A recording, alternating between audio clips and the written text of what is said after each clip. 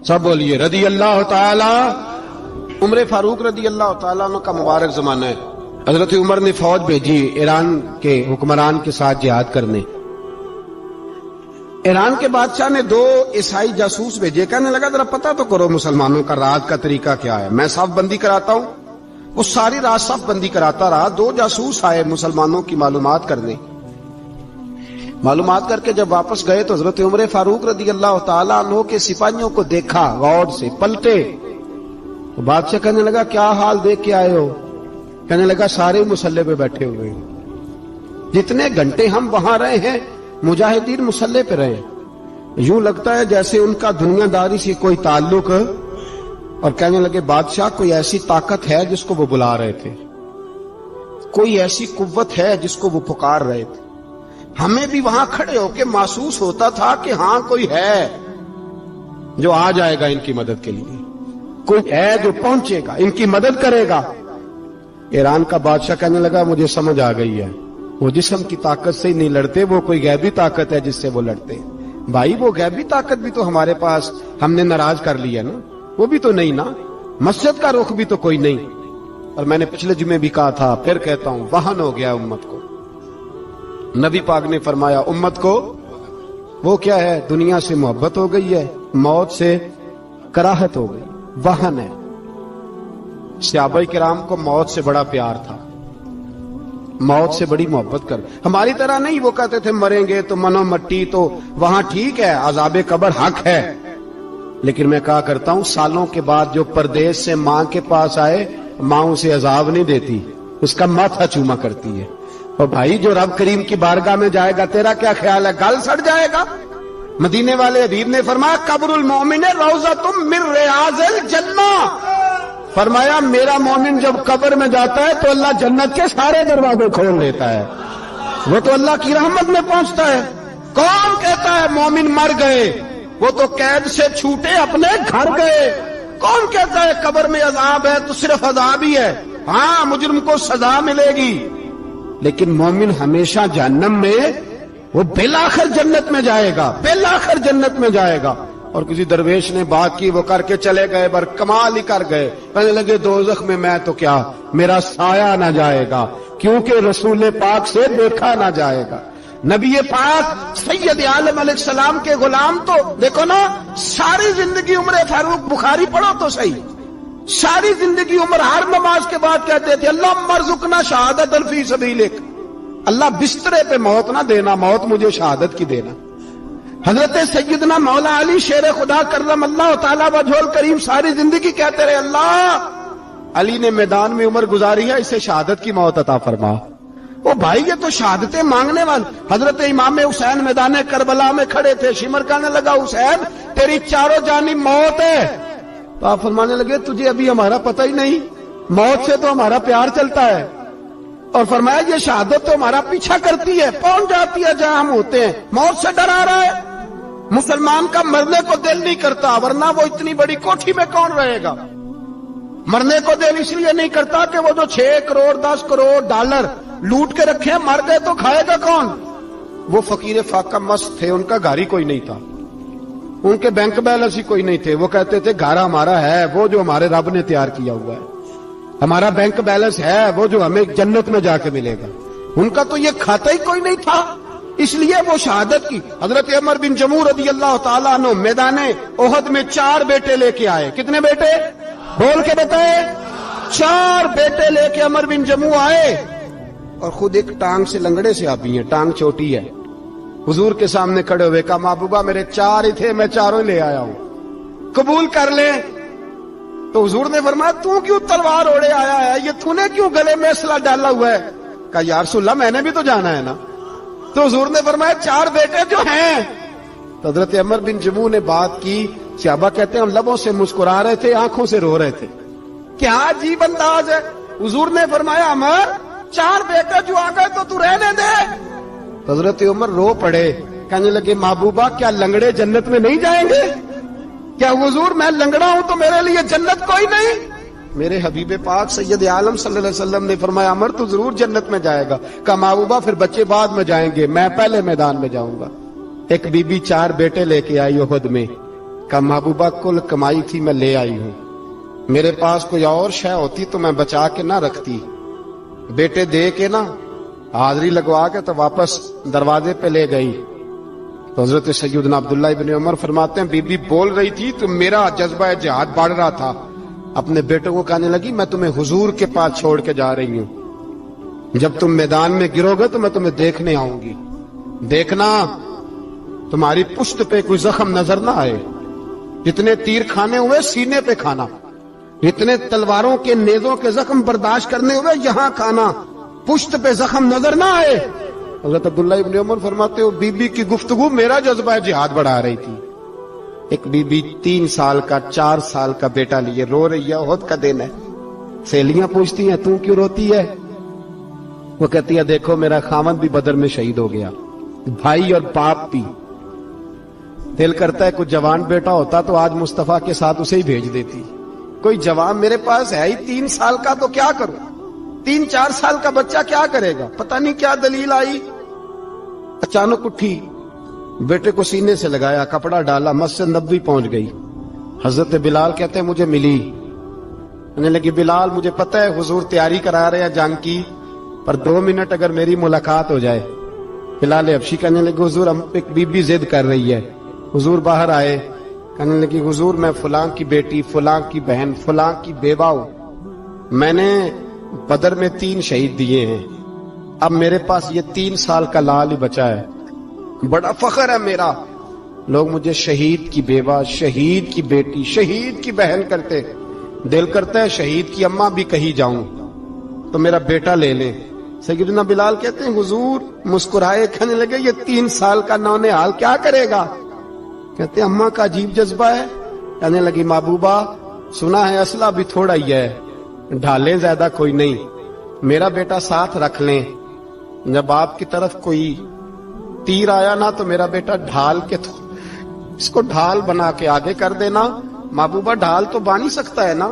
حضرت بلال فرماتے ہیں مصطفیٰ کریم نے فرمایا جا میں نے قبول کیا، قیامت کے دن بیٹا گھر لے جا، جب تیرا نام پکارا جائے گا تو شہید کی اماں کہہ کے ہی پکارا جائے گا، جا تو گھر لے جا۔ کہتے ہیں چلتے چلتے ایک غریبنی اور آ گئی، اتنی سی اٹی بان کی، اتنی سی، بلال حضور سے ملاقات ہو جائے گی۔ نبی پاک آ گئے، کہا محبوبہ یہ غلبہ اسلام میں میرا بھی حصہ ڈال لیں۔ حضور نے فرمایا یہ کیا ہے؟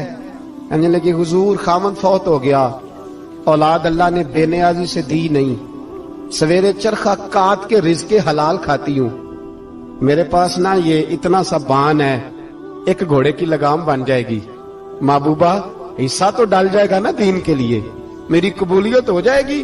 میرے حبیب نے ہاتھ اٹھائے اور دعا مانگی، کہے اللہ جتنا تو میدان کے مجاہدوں کو اجر عطا فرمائے اتنا اس غریبنی کو بھی عطا فرمانا۔ حضرت عمر فاروق رضی اللہ تعالیٰ عنہ رات کا وقت چہرے پہ نقاب ڈال کے گلی میں گھوم رہے تھے، میں بھی گلی میں نکلتا ہوں، آپ بھی نکلتے ہیں، لیکن مقصود یہ ہے کہ ذرا پتہ کریں باہر کی ہوا کیسی ہے، مقصود یہ ہے کہ پتہ کریں کہ آج برگر کس دکان کا اچھا ہے، معلومات کریں کہ محلے کی سیاست کس رخ جا رہی ہے، وہ بھی نکلتے تھے، لیکن مقصود یہ نہیں تھا، مقصد سمجھ گئے تھے نا، وہ اس لیے نکلتے تھے کہ پتہ کروں کوئی دکھی تو نہیں، کوئی تکلیف میں تو نہیں، کوئی آزمائش میں تو نہیں۔ دیکھیں نا کام وہی ہے، میں بھی کرتا ہوں، آپ بھی کرتے ہیں، ساری دنیا کرتی، لیکن وہ ایکم احسن عملا، کردار کس کا ستھرا ہے، ذہن کس کا اونچا ہے، ذوق کس کا بڑا ہے۔ زندگی وہ بھی بتا گئے، ہم بھی گزار رہے ہیں، لیکن وہی کمزور باتیں اور وہی روایتی گفتگو اور وہی لب و لہجہ اور وہی دنیا داری کے مخصوص ہی ہماری گفتگو، فلاں کیا کر رہا ہے، کہاں پہنچ گیا، اگر پیسے کسی نے نہیں کمائے تو کہاں نکھٹو ہے تب نہیں کمائے، اور اگر زیادہ کما لیا تو کہنے لگے 1 نمبر طریقے سے تو نہیں کمائے جا سکتے، یہ کوئی غلط رستہ بڑی گفتگو ہے، بس نشستن گفتن برخاستن۔ تو اعلیٰ کام، اعلیٰ کردار ان لوگوں، حضرت عمر گزر رہے تھے تو غلام ساتھ تھا، ایک شخص کو دیکھا کہ مدینے کے باہر خیمہ لگایا ہوا ہے، بھئی خیریت ہے، یہاں خیمہ کو لگایا؟ کہنے لگا امیر المومنین سے ملنے آیا ہوں، رات ہو گئی تھی تو سوچا یہیں قیام کر لیتا ہوں، صبح ان سے ملوں گا۔ تو فرمایا اندر کسی کے درد سے کراہنے کی آواز آتی ہے، کہنے لگا میری بیوی ہے اور بچے کی ولادت کا وقت آ گیا، تکلیف میں۔ حضرت عمر دوڑے گھر گئے، اپنی اہلیہ سے کہنے لگے نیکی کمانے کا ارادہ ہے؟ اس نے کہا ہے۔ مقصد سمجھ گئے تھے نا وہ لوگ، بالکل ہے۔ فرمایا جو ضرورت کی چیزیں ولادت کے وقت ہوتی ہیں لے لیں، کچھ گھی لے لیا، کچھ چنے لے لیے، کچھ ضرورت کی چیزیں لے لی، خاتون کو ساتھ لیا۔ یہ خاتون اول کی بات کر رہا ہوں میں خاتون اول کی بات کر رہا ہوں۔ حضرت فاروق اعظم رضی اللہ تعالیٰ عنہ امیر المومنین ہے۔ حضرت عمر نے اپنی اہلیہ کو ساتھ لیا، جہاں وہ شخص تھا وہاں آئے، اہلیہ نے حضرت عمر کے ذمہ کام لگایا، آگ جلا لیں، یہ تیل لے لیں، فلاں فلاں چیز گھی میں ڈالنے، بنانی شروع کر دیں۔ فاروق اعظم نے ہاتھ کے اندر پکڑا ہوا برتن، چمچہ، ڈوئی بھی آخ لی دے، پنجابی ہے نا ہم، تو وہ کام کر رہے ہیں، چلا رہے ہیں، آگ جلا رہے ہیں، خاتون اندر ڈیوٹی کر رہی۔ تو وہ شخص جو تھا نا جس کی بیوی تھی، وہ کہتا میں 2-3 دفعہ کا غلام ادھر آ، فلانی چیز بتا۔ میرے ذہن میں یہ تھا کہ امیر المومنین نے کو بندہ کھڑا کیا آنے جانے والے مسافروں کا خیال کرے۔ میرے ذہن 2-4 دفعہ میں نے اپنے لفظوں میں بات بھی کہہ دی، لیکن جب اندر میرے بچے کی ولادت ہوئی تو اندر سے میری بیوی بولی اور حضرت عمر کی اہلیہ بولی اور بول کے کہنے لگی امیر المومنین مبارک ہو، آپ کے دوست کو رب نے بیٹا دیا ہے۔ وہ شخص کہتا ہے میں باہر کھڑا تھا، وجود تڑپ گیا، آنکھیں برس پڑی، کبھی نہیں رویا تھا پر کیفیت عجیب بن گئی، کوئی تقریر نہیں سنائی، کوئی اعلیٰ شعر نہیں انہوں نے پڑھا، میں نے جوں لے کر ان کے سر سے پاؤں تک دیکھا، میں نے کہا یہ وہی شخص ہے جس کا نام لے تو کیسر و کسرا کانپ جاتے ہیں، یہ وہی شخص ہے۔ میں نے جمعے میں کہا تھا کہ روب کپڑوں کا نہیں ہوتا، روب تو دیانتداری کا ہوتا ہے۔ ہاں بڑا مال کما کے لوگوں نے بنائی ہوتی ہے کار کوٹھی، تو بندے کھڑے ہو کے کہہ دیتے ہیں 2 نمبر طریقے سے آیا ہے، اور 13ویں-14ویں گریڈ کا ملازم ہو تو اس کے سامنے بہت بڑا افسر ڈر رہا ہوتا ہے یار بندہ دیانتدار ہے، یہ رشوت نہیں لیتا، سفارش نہیں مانتا، یہ میرٹ پہ کام کرتا ہے۔ تو روب تو آپ کی دیانتداری کا ہے، آپ کی سچائی کا ہے۔ اپنی زندگی میں جو لوگ مقصد سمجھ گئے، مقاصد پا گئے، کچھ کر گئے، ہم ذرا الجھ گئے ہیں۔ پہلے اتنا شاندار مکان بناتے ہیں، پھر مرنے کو کس کا دل چاہے؟ اتنی محنت کر کے جو ہے وہ کوٹھی بنائی ہے تو اب چھوڑ کے کون جائے؟ وہ تیار بیٹھے تھے، انہیں نبی کریم نے کہا تھا کن فی الدنیا کانک غریب او عابر السبیل، تم نے مسافروں کی طرح رہنا ہے۔ او میرے بھائی، کبھی دیکھا ہے ایئرپورٹ پہ مسافر لڑتا ہو کہ میں نے یہ جگہ خریدنی ہے؟ اسے پتہ ہے کہ ابھی فلائٹ آنی ہے، میں نے تو چلے جانا ہے۔ ریلوے اسٹیشن پہ جو جگہ ہوتی ہے وہ خریدنے کے لیے لوگ رٹا نہیں ڈالتے، انہیں پتہ ہے پہلی ٹرین سے چلے جانا ہے۔ بس سٹاپ پہ جھگڑے نہیں ہوتے کہ یہ کرسی میری ہے، جانا جو ہے مٹی دیں تے مٹی رہنا ہی، ایویں کادی بلے بلے، اج مٹی دے اتے بندے آتے کل مٹی دے تھلے۔ اتنا زیادہ مقصد نہیں نا جب سمجھتے تو بے چین ہے، بے قرار۔ بعض لوگوں نے اتنے پیسے جمع کر لیے کہ اتنے کھا نہیں سکتے، اتنی ضرورت نہیں، لیکن اس کے باوجود ہے کہ وہ دوڑ ختم ہونے کا نام ہی نہیں لے رہی۔ حضرت صدیق اکبر رضی اللہ تعالیٰ عنہ امیر المومنین ہے۔ بادشاہوں کے بڑے بات ہوتی ہے، ہمارے ملک میں ایسے بھی بادشاہ گزرے ہیں کہ جو سفر پہ جاتے تھے تو خانسامے میں بھی لے جاتے تھے، باورچیوں کو بھی لے کے جاتے تھے کہ کھانا میری مرضی کا ہونا چاہیے۔ حضرت ابوبکر صدیق نے پانی مانگا، امیر المومنین، تو صحابہ نے نا شہد ملا پانی پیش کیا۔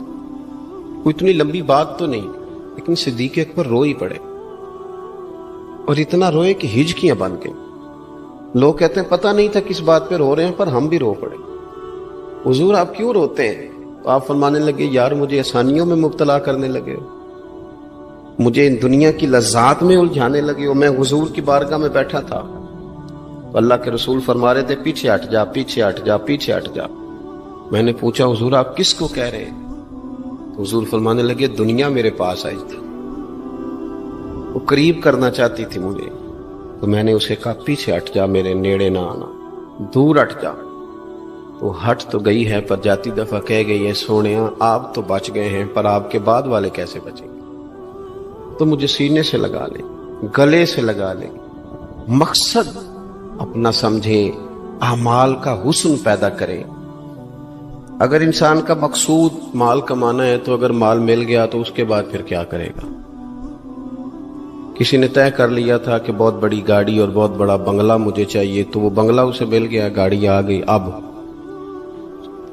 تو مقاصد کیونکہ طے نہیں ہوتے، تو جو چیز انسان چھوٹا سا مقصد طے کرتا ہے وہ اسے حاصل ہو جاتا ہے۔ میں نے ملک سے باہر جانا ہے، گھر سیٹ کرنا ہے، ساتھ والا پلاٹ لینا ہے، ہو گیا سارا کچھ، تو اب وہ پھر انسان بے چین ہو جاتا ہے، پریشان رہتا ہے، کہتا ہے سمجھ نہیں آتی مطلب مقصود کیا ہے۔ اللہ تبارک و تعالیٰ نے تو ایک تنکا بے مقصد پیدا نہیں کیا، اتنا سونا انسان کیسے بے مقصد پیدا کر؟ تو رب کریم نے ہمیں بتایا کہ مقصد تو تمہارا ہے، مقصد ہے الذی خلق الموت والحیات لیبلوکم ایکم احسن عملا۔ اس نے موت اور حیات اس لیے پیدا کی ہے تاکہ پتہ چلے تم میں اچھے عمل کون کرتا ہے،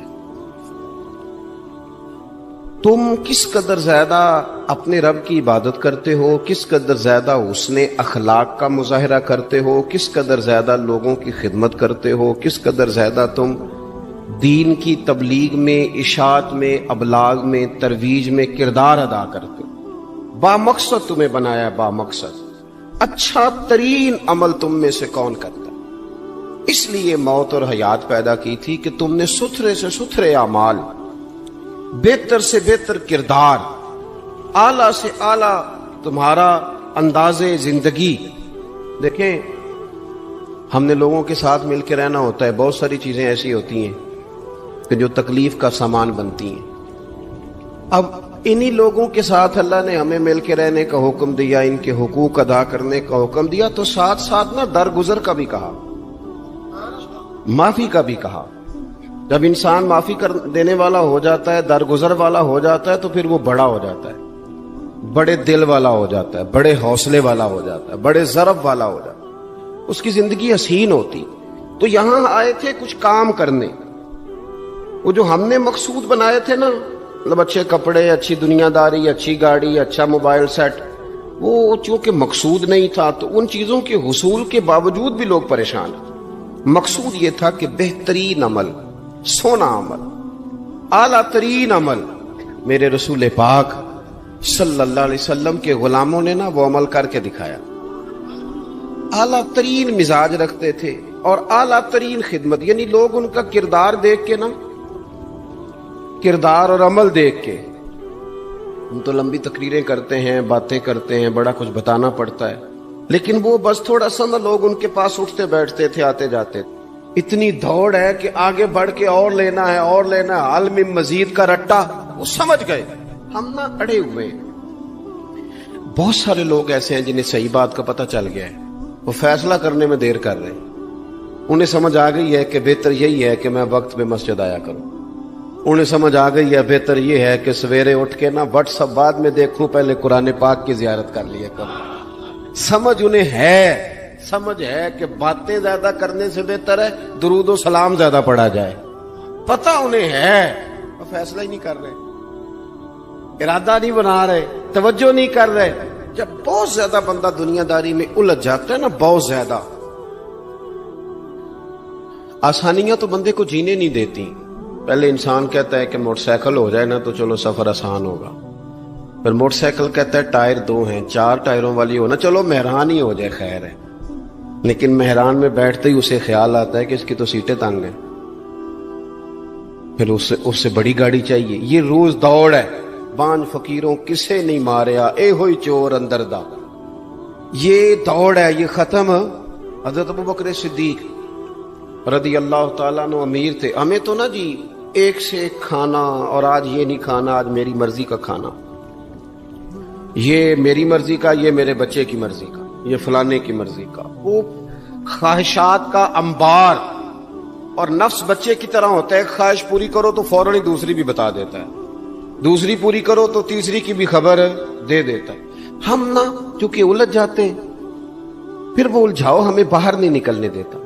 اگر تھوڑا تھوڑا کر کے، میرا مطلب یہ ہے کہ زندہ رہنے کے لیے روٹی کھانی ہے نا، مثلا روٹی کا لطف کتنی دیر ہوتا ہے، جتنی دیر منہ میں چباتے ہیں، اس کے بعد ختم۔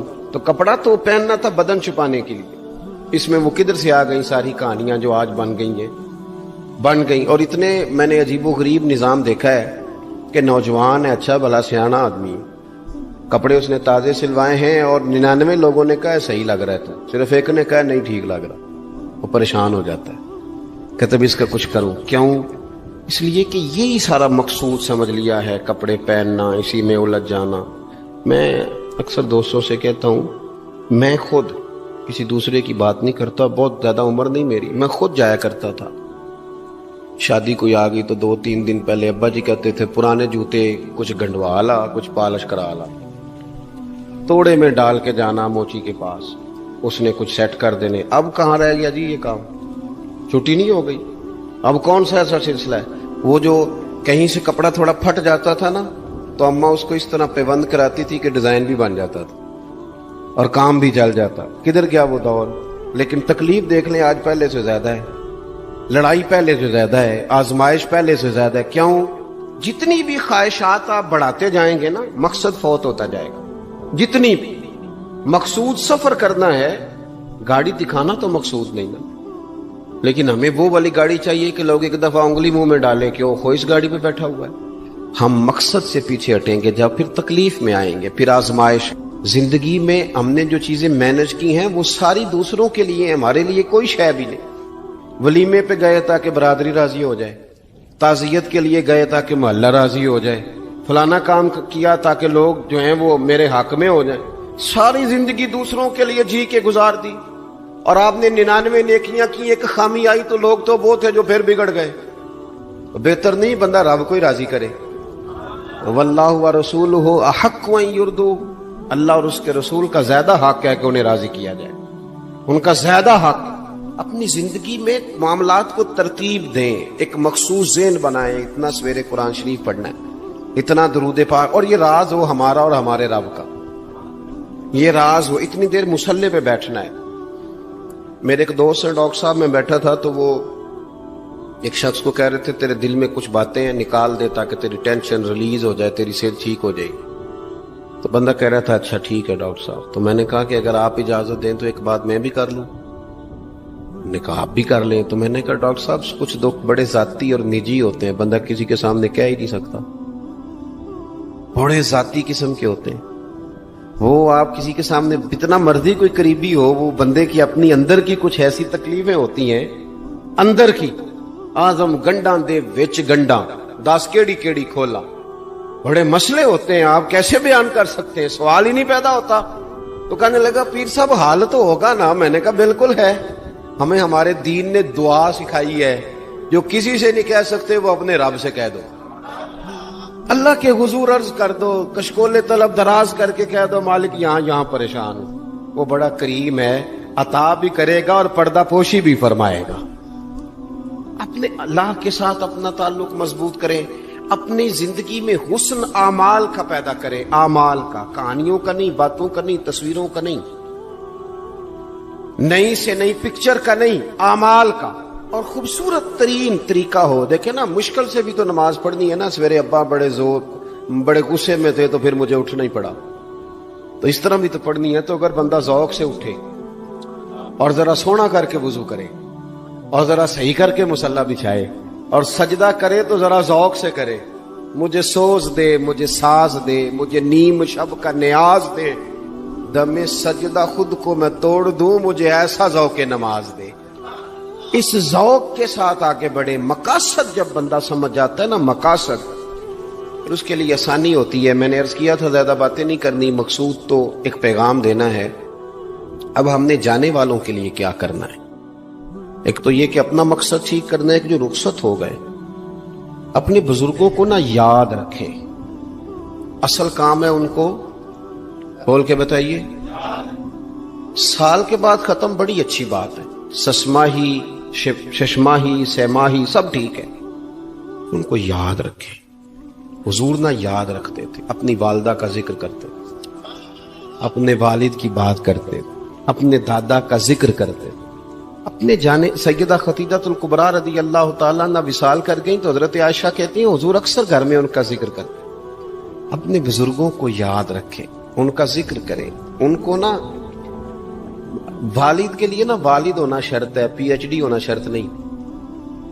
والد کے لیے والد ہونا شرط ہے، مفتی ہونا شرط. والد ان پڑھ بھی ہو تو بچے کو سمجھانے کا سلیقہ سے اللہ اسے عطا کاری دیتا ہے. ماں بالکل ان پڑھ بھی ہو تو بچوں کو سمجھانے کا طریقہ اللہ اسے ان سے سیکھیں. میرے والدہ اور والدہ دونوں اپنا نام نہیں لکھ سکتے تھے، تو میں اپنے دوستوں سے کہتا ہوں مجھے کبھی موقع ملے تو میں کئی جلدوں میں کتاب لکھ سکتا ہوں اپنے ماں باپ.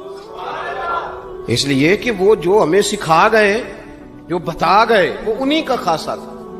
تو اپنے والد ایک تو جانے والوں کو یاد رکھیں، دوسرا ان کے لیے دعا کریں تو درد سے کریں، سونی کر کے کریں، صحیح کر کے کریں، اکیلے بیٹھ کے کریں. دعا کا سب سے زیادہ تعلق آپ کے دل کی آواز کے ساتھ ہوتا ہے. اور جس طرز میں حضور نے ہمیں حدیث سکھائی ہے نا، اس رنگ میں کبھی آپ حدیث کو سیکھیں، سمجھے نا. حضور فرماتے ہیں جس طرح دریا میں ڈوبنے والا سہارا تلاش کرتا، دریا میں اسے کتنی کو جلدی ہوتی ہے، غوطے لگ رہے ہوتے ہیں، وہ اس طرح کا نہیں ہوتا کہ میں عصر کی نماز کے بعد پھر آؤں گا تجھے نکالنے، اس طرح تو نہیں نہ ہوتا. دریا میں ڈوبنے والا اس طرح کشتی سہارا تلاش کرتا ہے، حضور فرماتے ہیں اس طرح قبر میں جانے والا دعاؤں کا انتظار کرتا ہے. آپ نے دیر کر دی دعا مانگنے میں، ختم دلانے میں دیر کر دی. خود صبح و شام ہمہ وقت دعا. ابھی آپ آیتیں سن رہے تھے سورہ ابراہیم کی، اللہ نے نماز میں رکھ دی ربنا اغفر لی وَلِوَالِدَيَّ وَلِلْمُؤْمِنِينَ يَوْمَ يَقُومُ الْحِسَابُ. ایک تو انہیں یاد رکھیں، خوب دعا کریں، اور دوسرا کوشش کریں کہ وہ جو نیکیاں کرتے تھے وہ نیکیاں بھی جاری رہیں. جن لوگوں سے ان کا اچھا تعلق تھا وہ تعلق بھی قائم رہے. یہ بھی کوشش کریں کہ ان کے لیے صدقات و خیرات کریں، اور قیمتی صدقہ دے. قیمتی، میں بات ختم کرنے لگا ہوں بس. قیمتی صدقہ دے، قیمتی. 15 تولے سونا گھر میں پڑا ہوتا ہے، قیمتی ہوتا ہے نا. کبھی کسی نے چوک میں بتایا کہ آج 15 تولے سونا میرے گھر میں پڑا ہے؟ بولو نا، لگتا ہے تو 10 چھڑنا ہے. اگر گھر میں 50 لاکھ روپے کیش پڑا ہو تو چوک میں گلی میں آ کے آپ بات کریں کہ گھر میں پیسے پڑے ہیں؟ کیوں؟ کہ وہ قیمتی ہیں، کوئی لے نہ لے. تو یہ جو 5000 مسجد دیکھ کے سارے محلے کو بتاتے ہو، یہ بھی صدقہ تھا، یہ بڑا قیمتی چیز تھی. یہ بتانے والا نہیں تھا، یہ تو نیکی تو قیمتی تھی. قیمتی چیز جو ہوتی ہے وہ تو چھپائی جاتی ہے کہ بتائی جاتی ہے. یہ جو بیٹیاں ہیں نا اسلام کی، مائیں بہنیں، یہ قیمتی ہیں. اس لیے اسلام انہیں کہتا ہے تم گلیوں اور چوکوں میں آنے والی نہیں، قیمتی چیزیں گھر کے اندر رہا کرتی. تم قیمتی چیزیں ہو، تمہارا وجود قیمتی ہے. تم کبھی ماں ہو، کبھی بیٹی ہو، کبھی بہن ہو، کبھی بیوی ہو، قیمتی ہو. اس لیے تمہیں اسلام کہتا ہے کہ گھر کے اندر رہو گی تو تمہاری قیمت رہے گی. کچھ چیزیں ایسی ہیں جو چوکوں میں گلیوں میں پھیل جائے تو ان کی قیمت نہیں رہتی. اس لیے تمہیں کہا جاتا ہے کہ گھر میں رہو. یہ جو تمہیں چوکوں میں لاتے ہیں یہ تمہیں بے وقت کرنا چاہتے ہیں، بے قیمت کرنا چاہتے ہیں.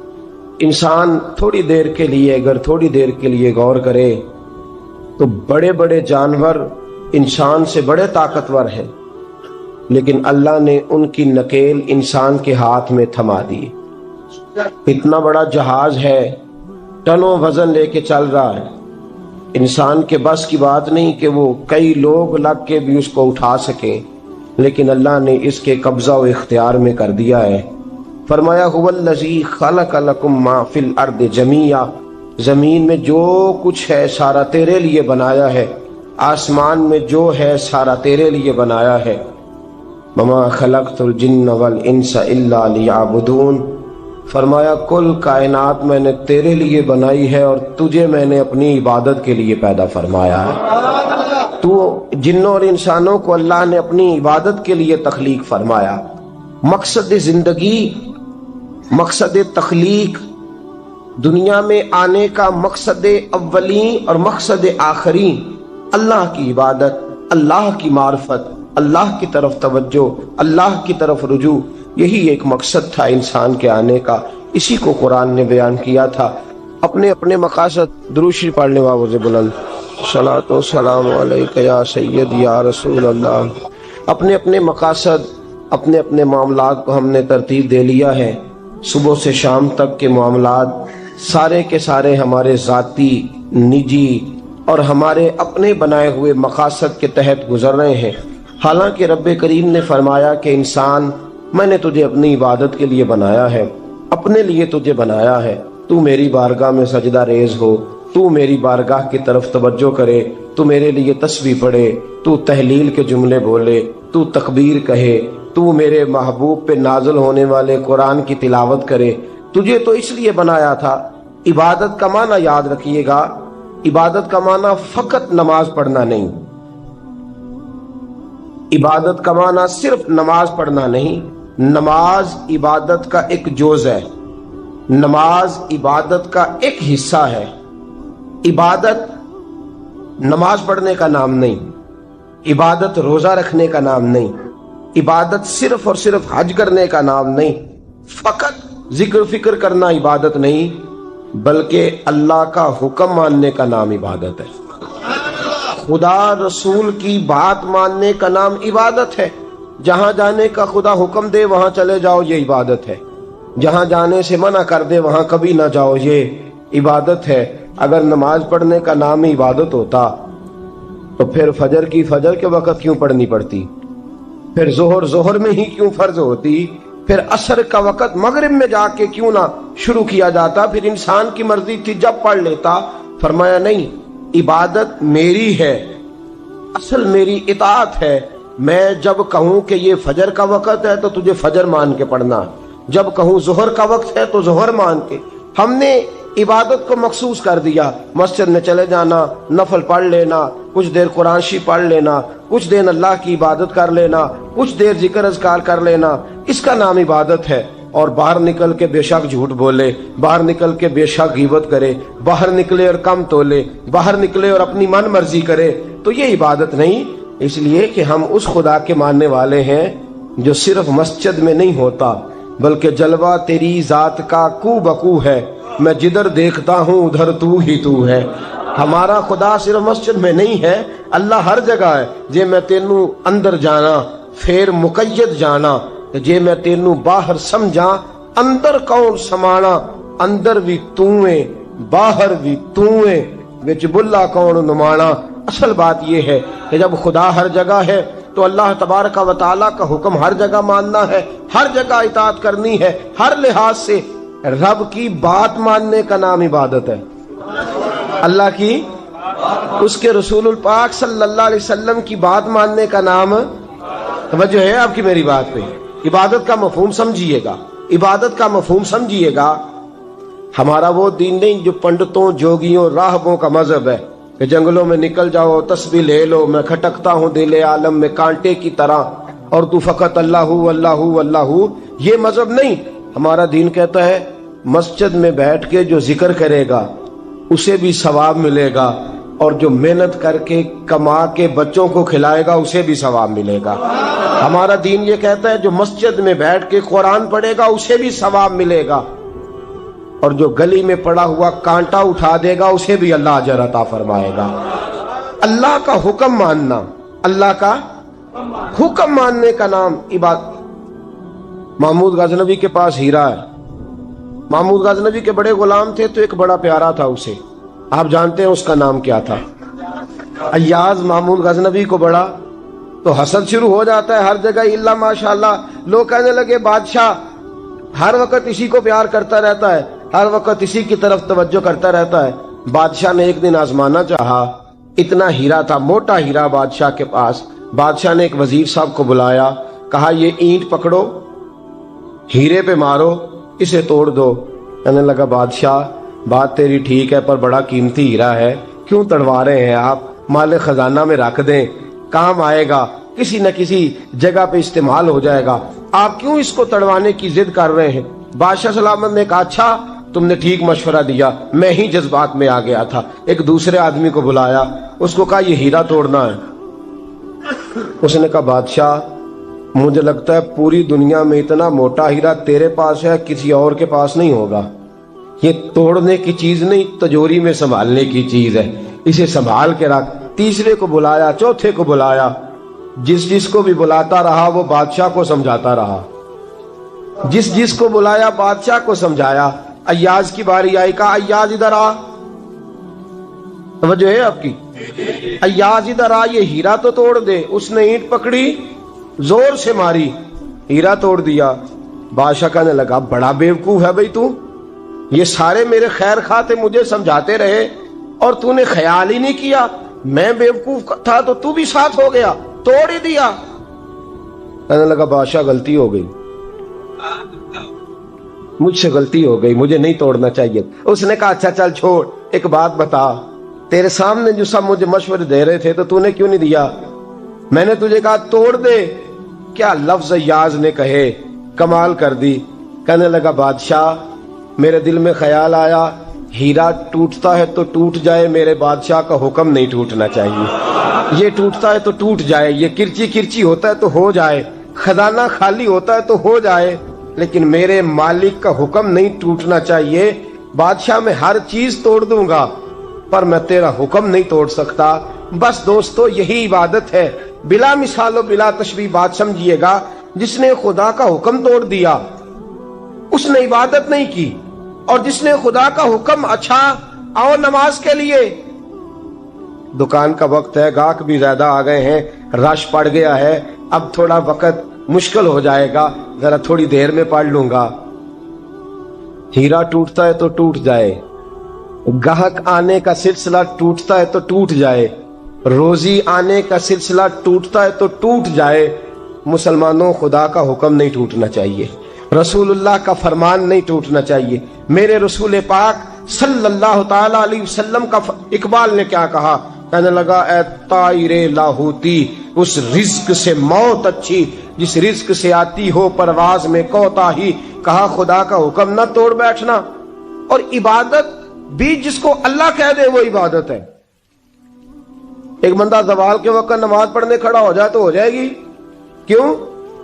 نماز نہیں پڑھ رہا. اچھا میں آپ کو روایت سناتا ہوں، شیر خدا مولا کائنات حضرت علی المرتضی رضی اللہ تعالیٰ عنہ فرماتے رسول پاک صلی اللہ علیہ وسلم نے ہمیں منع فرمایا یا جب عید الفطر کا دن ہو یا عید الاضحیٰ کا دن ہو تو تم نے کیا کرنا ہے؟ فجر کی نماز پڑھنی ہے، اس کے بعد اشراق چاشت نہیں پڑھنی، فجر سے لے کر عید کی نماز تک درمیان میں کوئی نماز نہ پڑھنا. جب عید کی نماز ہو چکے پھر تمہیں اجازت ہے جتنے مرضی نفل پڑھو، لیکن فجر سے لے کر عید تک تم کوئی اور نماز نفل درمیان میں نہ پڑھنا. حضرت علی المرتضی شیر خدا کا زمانہ ہے، عید کا اعلان ہو گیا، عیدگاہ میں لوگ کٹھے ہو رہے ہیں. ایک شخص دوڑا آیا، اس نے آ کے نماز کی نیت باندھ لی.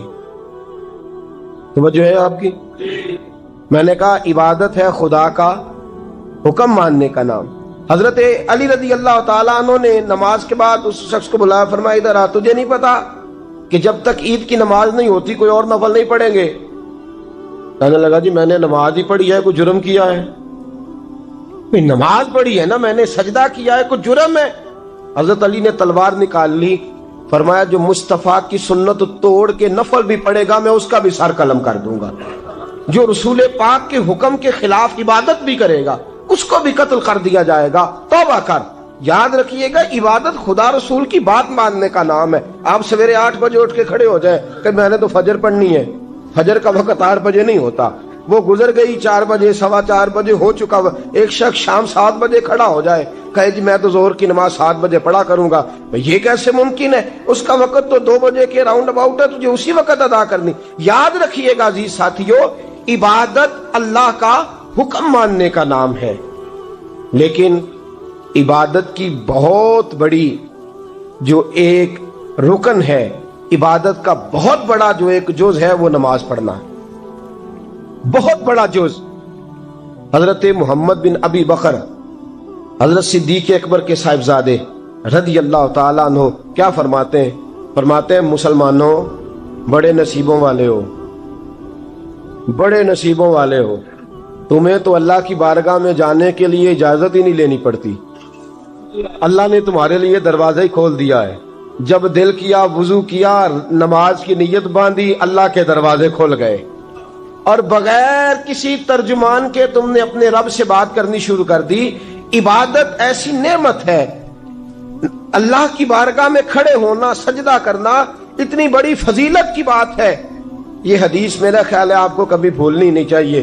سید عالم نور مجسم شفیع معظم صلی اللہ علیہ وسلم نے فرمایا بتاؤ اگر کوئی کسی کے گھر مہمان جائے تو میزبان اس کے ساتھ کیا سلوک کرے گا؟ تو صحابہ کہنے لگا یا رسول اللہ جتنا میزبان اچھا ہوگا اتنا ہی اچھا سلوک کرے گا، جتنا وہ اعلیٰ ہوگا اتنا ہی اعلیٰ سلوک کرے گا، جتنا وہ عرفہ ہوگا اتنی ہی اس کی بات بھی بڑی ہوگی۔ نبی پاک صلی اللہ علیہ وسلم نے فرمایا جو مسجد جاتا ہے وہ اللہ کا مہمان ہے، جو مسجد جاتا ہے وہ اللہ کا مہمان ہے۔